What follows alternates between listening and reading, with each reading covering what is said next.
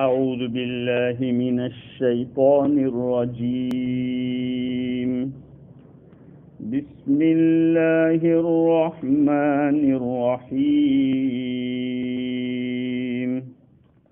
وإن أردتم استبدال زوج مكان زوج وآتيتم إحداهن قنطارا فلا تأخذوا منه شيئا أتأخذونه بهتانا وإثما مبينا وكيف تأخذونه وقد أفضى بعضكم إلى بعض وأخذن منكم ميثاقا غليظا ولا تنكحوا ما نكح آباؤكم من النساء إلا ما قد سلف إنه كان فاحشة ومقتا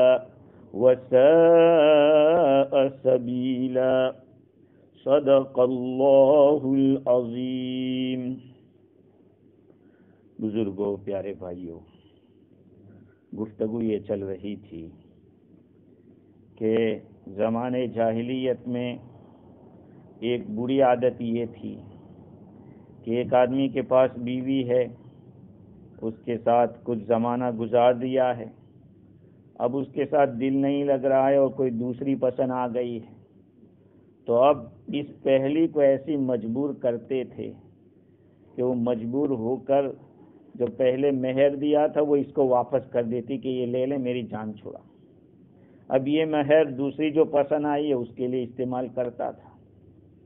اللہ تعالیٰ نے اس آیت کریمہ میں اس کی برائی بیان کی اور بتایا کہ تم نے اگر عورت کو ڈھیر سارا بھی مال بطور مہر کے دے دیا ہو، اس میں سے کچھ بھی مت لو.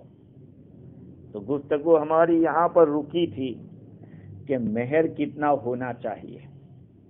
تو دیکھیے، ایک تو ہوتا ہے منیمم مہر، ایک ہوتا ہے میکزیمم مہر. منیمم کے بارے میں جیسے میں نے عرض کیا تھا کہ تقریباً 32 گرام چاندی سلور اتنا کم سے کم ہونا چاہیے. جیسے کہ چوری کے اندر جو ہاتھ کاٹا جاتا ہے اس چوری کی مقدار ہے. ایسا نہیں ہے کہ $5 کی چوری کی اس میں بھی ہاتھ کاٹ دیے جائیں گے، ایسا نہیں ہے، بلکہ 10 درہم سے اگر کم کی چوری کی ہے تو ہاتھ نہیں کاٹا جائے گا، کوئی اور سزا ہو سکتی ہے. ہاتھ کاٹنا اس کے منیمم یہ کہ 10 درہم کی مقدار ہو. چونکہ ہاتھ کاٹا جاتا ہے، ایک عضو کاٹا جاتا ہے 10 درہم کے عوض میں، وہاں پر بھی ایک معاملہ میاں بیوی کا ہو رہا ہے، وہاں بھی کچھ لین دین ہو رہا ہے. اس لیے علماء نے لکھا ہے کہ احادیث سے بھی ثابت ہے کہ کم سے کم 10 درہم کی مقدار مہر ہونی چاہیے. اور میکزیمم اس کے لیے کوئی لمٹ نہیں ہے، کوئی لمٹ نہیں. ہاں یہ نہیں کہ قرضہ لے کے آدمی غریب بن کے لمبا چوڑا مہر رکھ رہا ہے، اگر یہ چل جاوے تو پھر بڑا نقصان ہو جائے گا، نکاح مہنگا ہو جائے گا.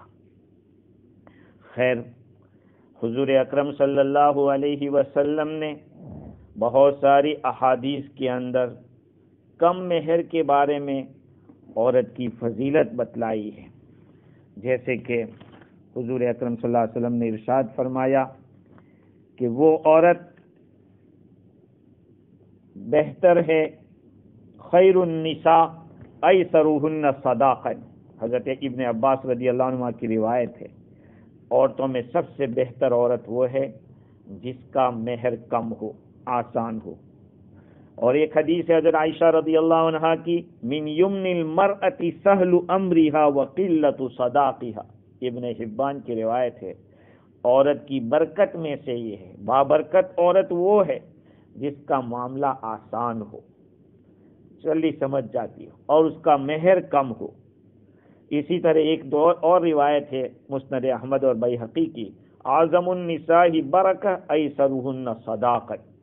عورتوں میں سب سے بڑی برکت والی عورت وہ ہے جس کا مہر کم ہو۔ یہ روایتیں دلالت کر رہی ہے کہ مہر جتنا کم ہوگا یہ عورت کی خوبی کی بات ہے۔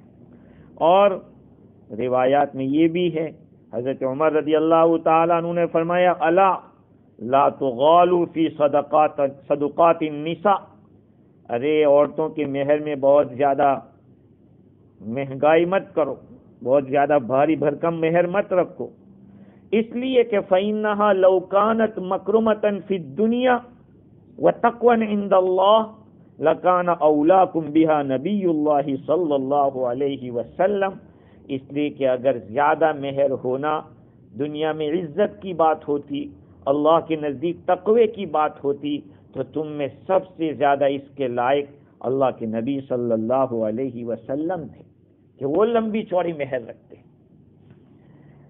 ما علمت رسول اللہ صلی اللہ علیہ وسلم نکح شیئا من نسائه ولا انکح شیئا من بناته علی اکثر من 12 اوقیہ۔ حضرت عمر رضی اللہ عنہ فرماتے کہ مجھے معلوم نہیں ہے کہ حضور صلی اللہ علیہ وسلم نے اپنی بیویوں میں سے کسی سے نکاح کیا ہو یا اپنی بیٹیوں میں سے کسی بیٹی کا نکاح کیا ہو 12 اوقیہ چاندی سے زیادہ پر۔ ایک اوقیہ 40 درہم کا ہوتا ہے، اب 12 تو 480 ہو گئے اتنے درہم۔ خیر، حضور اکرم صلی اللہ علیہ وسلم نے اپنی بیویوں کا مہر کتنا رکھا تھا؟ حضرت عائشہ رضی اللہ تعالی عنہا سے پوچھا گیا کہ آپ کا مہر کتنا تھا، تو حضور کا مہر کتنا ہوتا تھا؟ تو انہوں نے یہی بتایا کہ 12 اوقیہ چاندی و نش۔ پوچھا کہ نش کیا تم جانتی ہو؟ کہنے کا آدھا، 12.5 اوقیہ چاندی، وہ تقریباً 500 درہم ہوتا ہے۔ یہ حضور صلی اللہ علیہ وسلم کا اپنی بیویوں کا مہر تھا۔ ام حبیبہ رضی اللہ تعالی عنہ حضور کی ایک بیوی ہے، ان کا نکاح حبشہ میں ہوا تھا، نجاشی بادشاہ نے مہر ادا کیا تھا۔ وہ کتنا تھا؟ وہ تقریباً 4000 درہم تھا۔ اسی طرح سے ابن اسحاق ابو جعفر سے نقل کرتے ہیں کہ 400 دینار تھا، اور بعض روایات میں ہے حضرت خدیجہ رضی اللہ تعالی عنہ کے نکاح میں حضور نے 12 اوقیہ چاندی سونا دیا تھا، 12 اوقیہ سونا۔ اسی طرح سے اور بھی بہت ساری روایتیں ہیں جس سے پتہ چلتا ہے کہ بہت زیادہ مہر نہیں رکھا گیا، لیکن اگر زیادہ رکھ دے تو کوئی گناہ نہیں ہوگا۔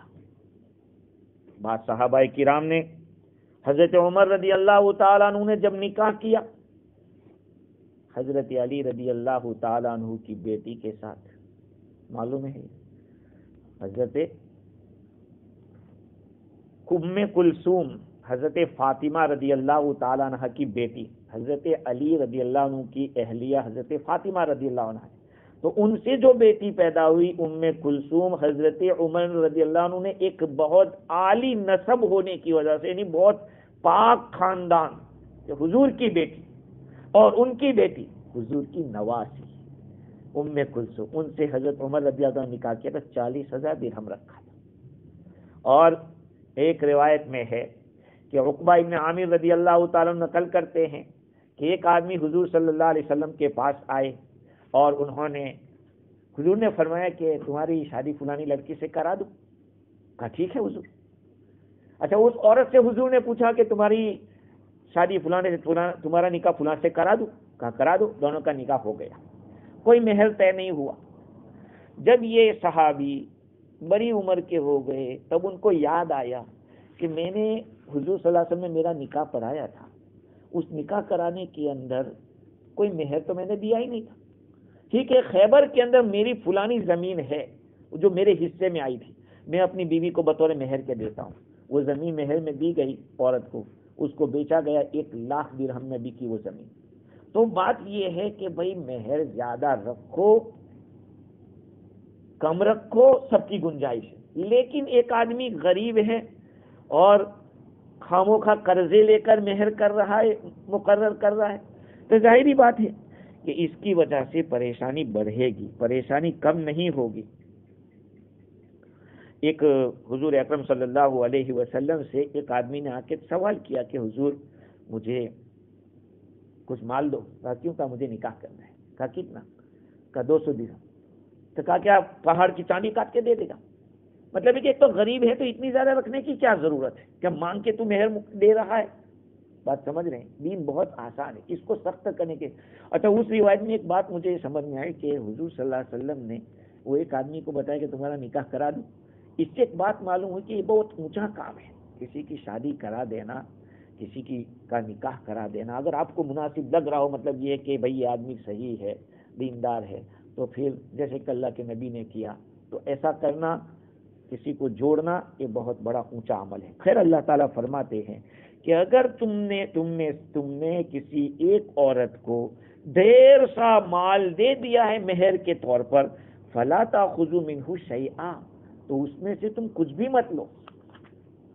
اتأخذونہ بہتانا واثما مبینا، کیا تم اس کو بہتان لگا کر اور واضح گناہ کر کے لوگے؟ بہتان بیکار بات کو کہتے ہیں، بیکار کام کو کہتے ہیں بہتان۔ بھئی کسی آدمی نے کچھ کیا نہیں اور کہہ دیا کہ فلانے نے ایسا کیا تھا، یہ بہتان لگایا ہے، یعنی بیکار بات۔ یا کوئی کام بیکار کیا، اس کو بھی کبھی بہتان کہتے ہیں۔ اللہ تعالیٰ فرماتے کہ تم اس مہر کو لوگے تو کہ گویا کہ بہتان لگا کے لے رہے ہو، غلط بات کر کے تم لے رہے ہو اور کھلا گناہ کر کے لے رہے ہو۔ کھلا اس کو بہتان کیسے کہا؟ ایک وجہ تو اس کے بہتان کہنے کی یہ ہے کہ مہر تو فرض تھا اور تم نے دے دیا، وہ عورت مالک ہو گئی، اب مالک ہونے کے بعد آپ واپس لے رہے، اس کا مطلب یہ کہ تم اس کو فرض نہیں سمجھ رہے ہو۔ اگر آپ نے اپنے بیٹے کو پالا ہے، بالغ ہونے سے جب تک بالغ نہیں ہو جاتا بیٹا، کماتا نہیں ہو جاتا، اس کے باپ کی ذمہ داری اس کو کھلائے پلائے۔ اب بیٹے کو بچپن سے بڑا کیا، اب کہتا ہے کہ تو اتنے سال سے اتنے سال تک بڑا ہوا تھا تو میں نے تیرے پہ اتنا خرچہ کیا تھا، لا مجھے واپس دے، تو کیا کہیں گے اس کو؟ یہ تو فرض تھا، تمہاری ذمہ داری تھی، وہ ذمہ داری ادا کی، اس کو تھوڑی واپس لیا جاتا ہے۔ تو یہاں مہر دیا ہے، وہ تو ایک ذمہ داری ادا کی ہے، تم نے اس سے فائدہ اٹھایا ہے، اب پھر اس کو تم واپس لے رہے ہو، تو جو فائدہ اٹھایا اس کا کیا؟ اس کو قرآن نے کہا کہ تو بہتان ہے قسم کا۔ اور امام راضی نے یہ بھی لکھا ہے کہ جس وقت نکاح ہو رہا تھا اس وقت مہر مقرر کیا گیا تھا کہ مہر دیں گے، اور اس وقت ذمہ داری اس نے لی تھی کہ میں واپس نہیں لوں گا، یہ مہر میں نے دے دیا اس کو، اب واپس لے رہا ہے، تو گویا کہ پہلے جو وعدہ کیا تھا وہ غلط کیا تھا، وہ بہتان کیا۔ اب جو تو کر رہا ہے وہ پہلی بات کو غلط کہہ رہا ہے، تم نے پہلے بات کہی تھی وہ غلط کہی تھی۔ اور بعض علماء نے یہ بھی کہا ہے کہ جاہلیت میں عادت یہ تھی کہ عورت کو طلاق دینے کے لیے کوئی موقع نہیں ملتا تھا تو الزام لگا دیتے تھے کہ وہ ایسا کر رہی ہے۔ آدمی اپنی بیوی کو نکالنا چاہتا تھا لیکن کوئی چانس نہیں ملتا تو الزام لگا دیتے تھے۔ اب الزام لگایا ہے نہیں، یہ عامتاً عادت تھی، تو یہ عورت ڈرتی تھی اور ایسا سوچتی تھی کہ اس کے ساتھ رہنے میں کوئی فائدہ نہیں ہے، اس لیے پچھلا مہر اس کو دے دیتی کہ بھئی تو لے لے۔ تو الزام کی وجہ سے اس نے گویا کہ ایک بہتان لگایا۔ عامتاً عادت یہ تھی، تو عام عادت یہ ہوتی تو ایک آدھ واقعہ الٹا ہو تو بھی اس کو شمار کر لیا جاتا ہے اس عام عادت کے مطابق۔ اور دوسری بات یہ ہے کہ قرآن مجید میں اوپر ایک بات بیان کی اللہ تعالیٰ نے کہ تم عورت کو نکال نہیں سکتے اپنے گھر سے اور اس کا مال نہیں لے سکتے جب تک کہ وہ فحش کاری نہ کرے، کھلا ہوا گناہ نہ کرے، وہاں تک اس سے مال واپس نہیں لے سکتے۔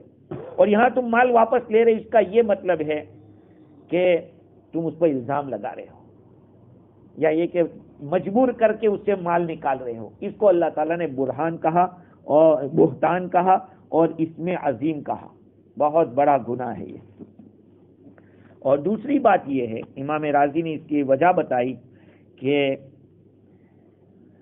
یہ جو مال لیا جا رہا ہے اس میں عورت کی طرف ایک بہت بڑے گناہ کی نسبت کی جا رہی ہے، اور اس کے ذریعے مال کو لینے کے لیے عورت پر ظلم ہو رہا ہے، سختی ہو رہی ہے، تنگی ہو رہی ہے.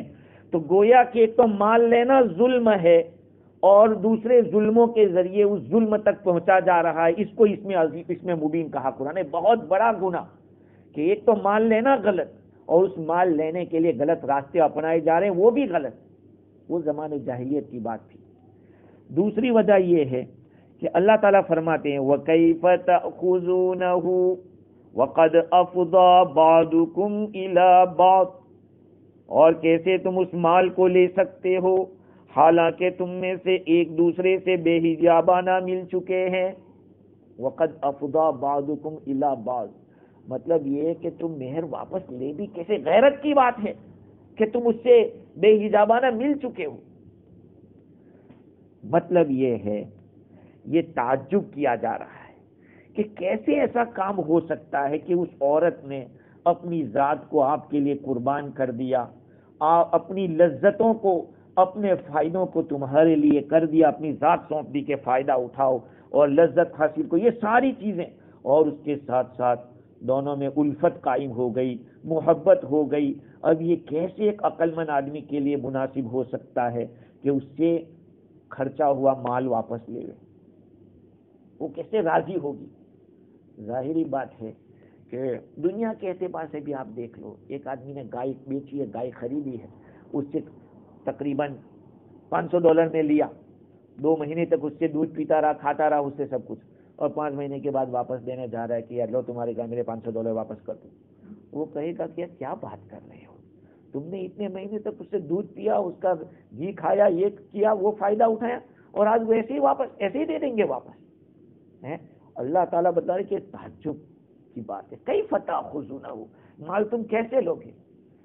ارے بھائی دیکھو، اللہ تعالیٰ ہم سب کی حفاظت فرماوے. یہ نکاح کا رشتہ بڑا نازک ہوتا ہے، لیکن انسان ایسا اس وقت جاہل اور ظالم بن جاتا ہے کہ اس عورت کو اب نکالنے کے لیے ایسے ہیلے حوالے اور اس کو ایسے دبا دیتا ہے کہ اب جب لینے جاتا ہے تو سونے کی پڑی اور پتہ نہیں کیا کیا بول کے لاتا ہے، اور جب اس سے رشتہ توڑ رہا ہے تو ساری دنیا کی سب سے زیادہ منحوس اس کو بتاتا ہے کہ اس میں اب یہ خرابی ہے، اس میں وہ خرابی ہے. بھئی جب لینے گیا تھا تو اتنی تعریف کر، جب لائے تھے اچھے طریقے سے تو واپس بھی اچھے طریقے سے کرو. شریعت کے اوپر جب چلیں گے، شریعت کے احکام جب جاری ہوں گے تو پھر یہ سب باتیں نہیں ہوگی.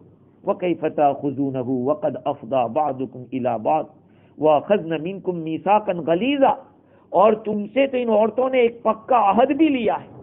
قرآن کہہ رہا ہے کہ تم مال لے بھی نہیں سکتے، کیونکہ اس عورت نے تم سے بہت بڑا پکا عہد لیا تھا.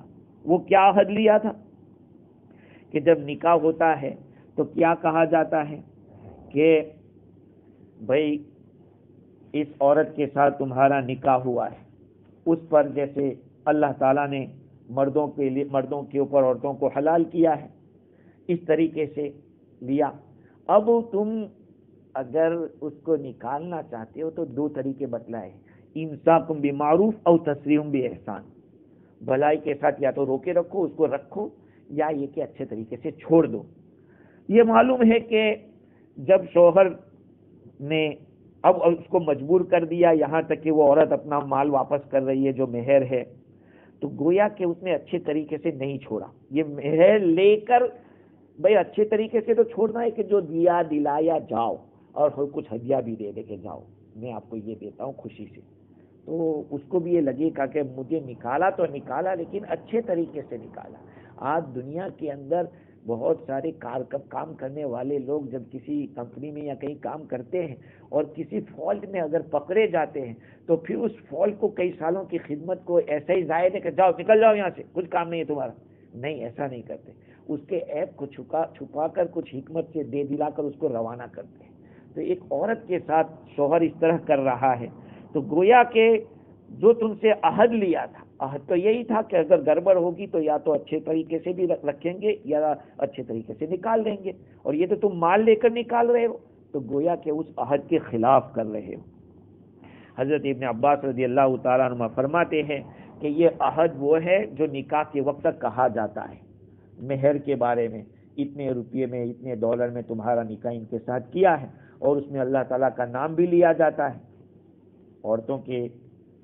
عورتوں کو حلال کرنے کے لیے جو آیتیں پڑھی جاتی ہے، روایتیں پڑھی جاتی ہے، اسی لیے تو حضور نے کیا فرمایا، اتقوا اللہ فی النساء، اللہ سے ڈرو عورتوں کے بارے میں، اس لیے کہ تم نے ان کو لیا ہے، اللہ کی امانت سے لیا ہے، اور اللہ کے کلمے سے ان کی شرمگاہ کو تم نے حلال کیا ہے، اس لیے ڈرتے رہو۔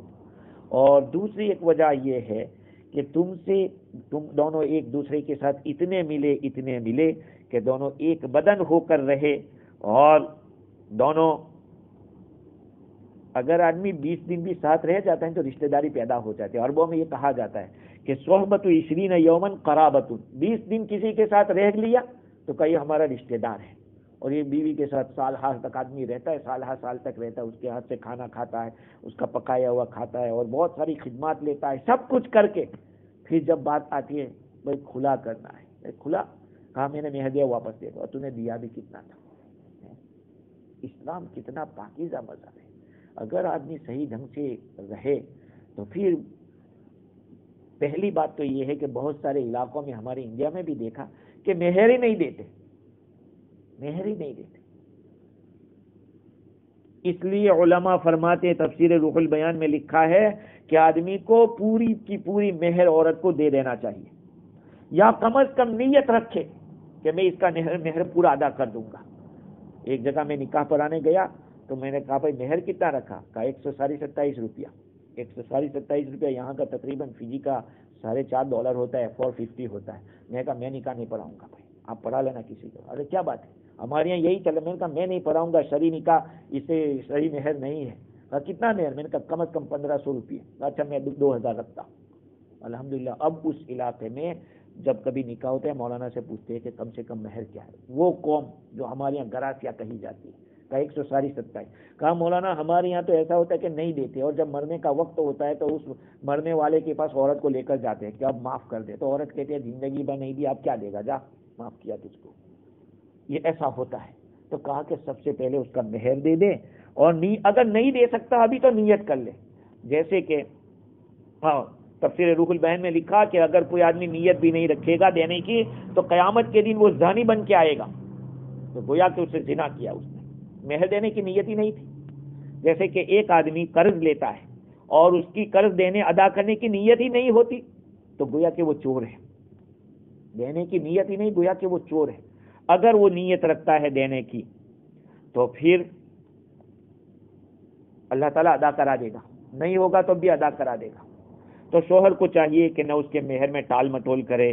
ہاں اگر غریب آدمی فقیر محتاج ہے تو عورت اس کو معاف کر دے، وہ الگ بات میں ہے، یا عورت اس کو ٹائم دے دے۔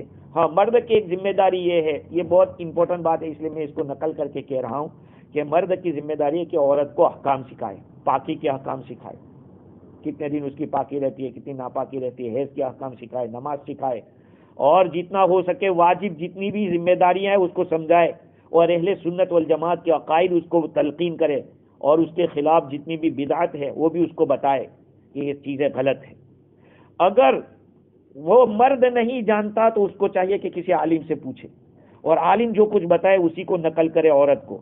اگر مرد نے نہیں پوچھا تو عورت کو اجازت ہے شریعت کی طرف سے کہ وہ گھر سے نکلے عالم کو پوچھنے کے لیے۔ عورت کو جب اس نے فرائض سکھایا دیے تو پھر عورت کے لیے گنجائش نہیں ہے کہ وہ علم سیکھنے کے لیے یا مجلس ذکر کے اندر جائے مگر شوہر کی اجازت سے۔ اگر عورت نے دین کے احکام میں سے کسی حکم کو چھوڑ دیا اور اس کو عورت کو بادب نہیں کیا، عورت کو سکھایا نہیں یا اس کو علم حاصل کرنے سے روکا تو گناہ میں یہ شریک ہوگا شوہر۔ اور حدیث میں ہے کہ اشد الناس عذابا یوم القیامہ من اجہل اہلہ، کل قیامت کے دن سب سے زیادہ سخت عذاب میں وہ آدمی ہوگا جس نے اپنے گھر والوں کو جاہل رکھا، بہت بڑا گناہ ہے۔ کہا کہ کیسے لے سکتا ہے مہر کو واپس، حالانکہ تم میں سے ہر ایک دوسرے کے ساتھ بے حجابانہ مل چکے ہو اور تم سے انہوں نے گہرا عہد لیا ہے۔ آگے اللہ تعالیٰ ایک اور برائی کو بیان کر رہے ہیں جو اس زمانے جاہلیت کے اندر چل رہی تھی، وہ یہ تھی وَلَا تَنْكِحُوا مَا نَكَحَ آبَاؤُكُم مِّنَ النِّسَاءِ إِلَّا مَا قَدْ سَلَفَ، اور تم نکاح مت کرو ان عورتوں سے جن عورتوں سے تمہارے باپ داداؤں نے نکاح کیے ہیں، ہاں جو پہلے ہو چکا اِنَّهُ كَانَ فَاحِشَةً وَمَقْتًا وَسَاءَ سَبِيلًا، یقیناً یہ بے حیائی ہے اور نفرت کی بات ہے اور برا راستہ ہے۔ زمانے جاہلیت میں ایسا ہوتا تھا کہ کوئی مرد گزر جاتا تھا تو اس گزرنے والے کی اولاد میں سے جو دوسری بیوی سے ہوتی تھی وہ مرنے والی کی بیوی کے اوپر مالک بن جاتا تھا، یا تو وہ خود نکاح کر لیتا اس کے ساتھ یا اس کو کسی اور قسم کے نکاح کرا دیتا تھا یا روکے رکھتا تھا۔ شریعت نے اس آیت کریمہ میں اسی کو بیان کیا۔ ابن سعد کے حوالے سے تفسیر مظہری کے اندر لکھا ہے، محمد ابن کعب قرظی رحمۃ اللہ علیہ فرماتے ہیں کہ زمانے جاہلیت میں جب آدمی گزر جاتا، بیوی چھوڑ کے مر جاتا، تو اس کا بیٹا، اس مرنے والے کا بیٹا اس عورت کا زیادہ حقدار ہوتا تھا کہ اگر وہ چاہے تو اس سے نکاح کر لے، اگر اس کی حقیقی ماں نہیں ہے تو، یعنی وہ اس کی حقیقی ماں نہیں ہوتی تھی، سوتیلی ماں ہوتی تھی، یا یہ کہ اس کا جس سے چاہے وہ نکاح کرا دے۔ تو ایسا ہوا کہ ابو قیس بن سلمہ رضی اللہ تعالیٰ عنہ انتقال کر گئے، تو ان کا بیٹا محسن کھڑا ہوا اور اپنی ماں جو ان کی ابو قیس کی بیوی تھی اس کے نکاح کا وارث ہو گیا، اور مال میں سے کوئی چیز اس کو نہیں دی، کہا میں ہی مالک ہوں اس کا سب کچھ کا۔ ظاہری بات ہے یہ حضور اکرم صلی اللہ علیہ وسلم کے پاس آئی اور آپ صلی اللہ علیہ وسلم سے اس کا ذکر کیا۔ آپ صلی اللہ علیہ وسلم نے فرمایا کہ جاؤ تم اپنے گھر، امید ہے کہ اللہ تعالیٰ تمہارے بارے میں کوئی چیز نازل کرے گا۔ اس روایت کو دوسرے طریقے سے امام طبرانی نے عدی بن ثابت عن رجل من الانصار، انصار کے ایک آدمی سے حوالے سے روایت کیا کہ ابو قیس بن سلمہ کا انتقال ہو گیا، وہ انصار کے نیک لوگوں میں سے تھے، تو ان کا جو بیٹا تھا قیس وہ ان کی بیوی کا مالک ہو گیا، اور کہا کہ اس عورت نے کہا کہ بیٹا میں تجھے اپنا حقیقی بیٹا سمجھتی ہوں اور تو نیک لوگوں میں سے اپنی قوم کے، تجھے ایسا نہیں کرنا چاہیے۔ یہ حضور اکرم صلی اللہ علیہ وسلم کے پاس آئی اور حضور کو خبر دی۔ اللہ کے نبی صلی اللہ علیہ وسلم نے فرمایا کہ تم گھر جاؤ، اللہ تعالیٰ تمہارے بارے میں کوئی حکم اتارے گا۔ چنانچہ اس آیت کریمہ میں اللہ تعالیٰ نے یہ حکم بتایا، وَلَا تَنْكِحُوا مَا نَكَحَ آبَاؤُكُم مِّنَ النِّسَاءِ، اور تم نکاح مت کرو ان عورتوں سے جن سے نکاح کیا ہے تمہارے باپ دادا نے، إِلَّا مَا قَدْ سَلَفَ، مگر جو پہلے ہو گیا وہ ہو گیا۔ تو اس آیت کریمہ کے اندر دیکھو، نکاح مت کرو کا مطلب عقد نکاح مت کرو۔ ما نکاح آباؤکم، ان عورتوں سے جن سے تمہارے باپ دادا نے نکاح کیا ہے۔ سمجھے اس بات کو، نکاح کے اصلی جو معنی ہے وہ جمع کرنے کے، صحبت کرنے کے، اور بعد میں نکاح کا معنی جو عقد ہم نکاح پڑھاتے ہیں اس معنی کے لیے استعمال کیا جاتا ہے، اس لیے کہ اسی کے ذریعے وہاں تک پہنچا جا سکتا ہے۔ تو یہ عربی زبان کی ایک باریکی ہے، اس کو میں گہرائی میں نہیں جاتا کیونکہ وہ لینگویج سے تعلق رکھتا ہے۔ خیر، اب یہاں یہ میں کیوں سمجھا رہا ہوں آپ سمجھنا، کیونکہ ہمارے معاشرے کے لحاظ سے اس مسئلے کو جاننا بہت ضروری ہے۔ چلو یہ بات تو ہم کو سمجھ میں آئی کہ ہمارے باپ دادا کے اندر کون ہے، باپ بھی آ گیا، دادا بھی آ گیا، اسی طرح سے نانا بھی آ گیا، اس طرح کہ نانا بھی عربی میں جدن کہلاتا ہے۔ ماں کا باپ وہ بھی دادا کہلائے گا عربی میں، اور باپ کا باپ وہ بھی دادا کہلائے گا۔ تو جس سے نانا نے شادی کی ہے، نہ اسی طرح سے دادا نے کی ہے یا باپ نے کی ہے، اس کے ساتھ بیٹا نہیں کر سکتا۔ یہ تو کھلا سمجھ میں آ رہا ہے، لیکن اندر بلیک میں کچھ کام کیا ہے، باپ نے زنا کیا ہے کسی عورت کے ساتھ۔ جیسے کہ نکاح کی ایک معنی میں نے بتایا کہ ایک تو عقد ہوتا ہے اور ایک معنی جمع کرنا۔ تو اگر زنا کر لیا ہے باپ نے کسی عورت کے ساتھ، تو کیا اس عورت کے ساتھ اس کا بیٹا نکاح کر سکتا ہے؟ امام ابو حنیفہ رحمۃ اللہ علیہ فرماتے ہیں نہیں کر سکتا، اس لیے کہ چاہے وہ شرعی اعتبار سے ماں نہیں ہے، لیکن وہ اس عورت کے ساتھ نکاح کر رہا ہے جس کے ساتھ اس کے باپ نے گھر بر کی ہے، تو اس کو حرمت مصاہرت کہتے ہیں۔ حرمت مصاہرت، ایک تو نسب کی وجہ سے نکاح حرام ہوتا ہے، ایک رضاعت کی وجہ سے کسی عورت نے دودھ پلایا ہے، اس دودھ پلانے والے کی اولاد جو پینے والا بچہ اس کے بھائی بہن ہو جاتے ہیں، اس کو رضاعت کہلاتے ہیں. دودھ پینے کی وجہ سے بھی رشتہ داری بن جاتی ہے. کسی عورت نے جب بچہ چھوٹا تھا 2 سال سے کم کا اور عورت کو دودھ آ رہا تھا، اس نے پلا دیا بچے کو، تو یہ اس کی ماں بن گئی، رضائی ماں. اس کے ساتھ اس کا نکاح حرام، اور اس عورت کے جو بچے ہیں اس کے بھائی بہن کہلائیں گے. یہ حرمت رضاعت. اور ایک ہوتی ہے حرمت مساہرت. مساہرت کے معنی دامادی رشتہ. دامادی رشتہ بہت اہم مسائل ہے، لیکن بات یاد رکھو اتنا، ہمارے یہاں نکاح جب ہوتا ہے تو بہت ساری عورتیں داماد کو ایسا کرتی ہے، حق کرتی ہے. ارے کرنے گئے حق اور اس پر کچھ گڑبڑ ہو گئی، شہوت ہو گئی تو معاملہ گڑبڑ ہو جائے گا، کھٹائی میں پڑ جائے گا. اسی طرح سے اگر سسور ہے اور اپنے پتیہ کو وہ حق کر رہا ہے، اس میں بھی معاملہ گڑبڑ ہو سکتا ہے. اس لیے اسلام نے ان ساری چیزوں کو کہا کہ ذرا قابو میں رہو. خیر ولا تنکحوا ما نکح آباؤکم من النساء الا ما قد امام شافعی دیکھو زنا کی وجہ سے حرمت مساہرت ثابت ہو جاتی ہے، یہ مسئلہ ہے. زنا کی وجہ سے حرمت مساہرت ثابت ہو جاتی ہے. امام شافعی رحمۃ اللہ علیہ فرماتے کہ حرمت مساہرت تو بہت بڑی نعمت ہے، وہ غلط کام سے تھوڑی ملے گی. جیسے کہ آدمی چوری کے لیے سفر کرنے جا رہا ہے تو اس کو امام شافعی رحمۃ اللہ علیہ فرماتے کہ نہیں، اس کو قصر نہیں کرنے کی، وہ نیکی کے کام کے لیے تھوڑی جا رہا ہے. نیکی کا کام کرنے کے لیے سفر کرتا رہا، اس کو کچھ فائدہ ہوتا. حنفیہ کہتے کہ بھائی سفر ہوا کہ نہیں، بات خلاص، اس کو وہ چھٹی ملے گی، 4 رکعت والی نماز 2 رکعت پڑھے گا، چاہے وہ کسی بھی کام کے لیے جا رہا. خیر ولا تنکحوا ما نکح آباؤکم من النساء الا ما قد سلف انه كان فاحشۃ. ہاں قرآن کہتا ہے کہ تم نکاح مت کرو ان عورتوں سے جن عورتوں سے تمہارے باپ نے نکاح کیا ہے، مگر جو گزر گیا گزر گیا. کیا مطلب گزر گیا گزر گیا؟ اس کا مطلب یہ ہے کہ بھائی یہ حرمت کے نازل، حرام ہونے کے نازل ہونے سے پہلے، یہ آیت آنے سے پہلے جو ہو گیا وہ ہو گیا، وہ معاف ہے.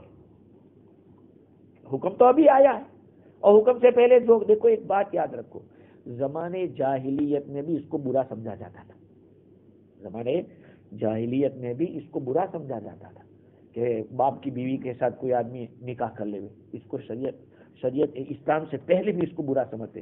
بلکہ ایک روایت میں تو یہ ہے کہ حضور اکرم صلی اللہ علیہ وسلم کے بارے میں حضرت برا رضی اللہ تعالیٰ عنہ روایت کرتے ہیں، برا بن عازب رضی اللہ تعالیٰ عنہ، کہ میں نے اپنے ماموں کو دیکھا کہ وہ جھنڈا لے کے جا رہے ہیں اور ہاتھ میں کچھ ہتھیار ہے. تو پوچھا کہ کہاں جا رہے ہیں؟ کہا ایک آدمی نے اپنے باپ کی بیوی کے ساتھ نکاح کر لیا ہے، تو اس کا گردن اڑا دی، اس کی گردن اڑا دی، اس کو قتل کر دیا. یہ ہے.